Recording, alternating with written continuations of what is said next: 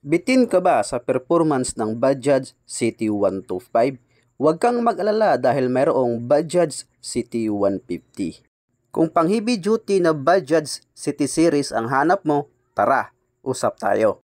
At ito ang Bajaj CT150, isang heavy duty na pan-tricycle model ni Bajaj. Para sa kaalaman ng lahat, si Bajaj po ay Indian motorcycle and assemble and distribute by Kawasaki dito sa ating bansa. At ang mga pisa nito is from India. Pero huwag kayong mag-alala dahil available ito dito sa ating bansa ang lahat ng mga spare parts nitong Bajaj CT150. Si Kawasaki ang nag-assemble at nag-distribute ito, kaya naman masasabi kong matibay at malakas itong Bajaj CT150. And in terms naman sa fuel consumption, panalo tong Bajaj CT150. At kung usapang performance ng makina, hindi rin to pahuli itong Bajaj CT150. Dahil meron itong engine type na 4-stroke, single overhead cam, 2-valve, single cylinder, at meron siyang 150cc engine displacement.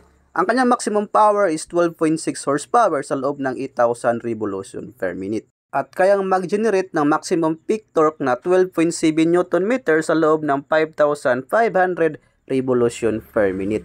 Ito ay naka 5-speed transmission kaisla at meron tong fuel tank capacity na 10.5 liters at ang kanyang cooling system is air-cooled. Sa usapang engine performance naman, kung i-convert nito sa Supremo 150, itong CT150 kaisla ng Bajaj, mas mataas yung power and torque output nito. Kaya na masasabi kong sa palakasan at pabilisan, panalo tong Bajaj CT150. At hindi lang dyan panalo yung Bajaj CT150, pati rin sa patipiran na kumonsumo ng gasolina. Itong motor na to, sa mga 150cc lineup ng mga pan-tricycle ng iba't ibang brand, panalo talaga tong Bajaj CT150 in terms of fuel consumption. At kung pan-tricycle purpose ang pagkuha mo dito sa Bajaj CT150, wala ka nang i-modify dito dahil ito ay naka-TC frame ready na. So yung chassis nito is naka-ready na for sidecar usage. At meron tong dual shock absorber sa likod. So, gusto yan for tricycle usage. Nung hindi ka na mag-add on ng extra shock sa likod kung ito ay kakabitan mo ng sidecar. Dahil naka-built-in na yung dalawang shock absorber niya sa likod. At sa kanyang mga switch function naman kaisla, ito yung nagustuhan ko dito sa Bajaj CT150.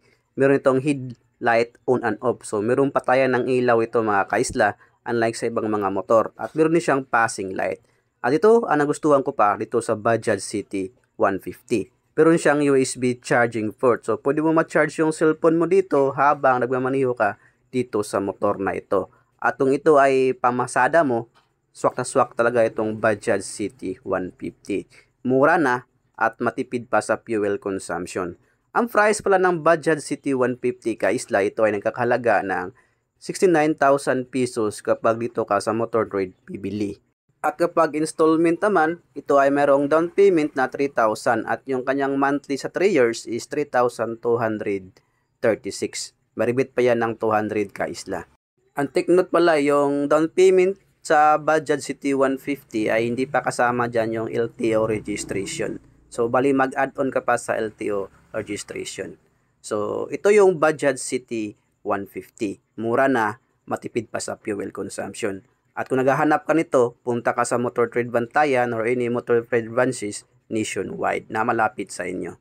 Ang requirements for installment is to buy to picture, valid ID, and proof of income. At kung mayroon ka ng mga requirements na yan, punta ka na sa Motor Trade at kunin mo na itong Bajaj CT150. And that's all for this vlog kaisla. Thank you for watching Motor sa Isla. Don't forget to like, share, comment, and subscribe. And follow our feeds. Itong nasa harapan mo ngayon. And subscribe yung YouTube channel natin na Motor sa Isla. So once again, this is Motor sa Isla. Nagpaimang no na mag-amping kanunay og higugma ang Ginoo labaw sa tanan. Right? Always peace. Bye-bye.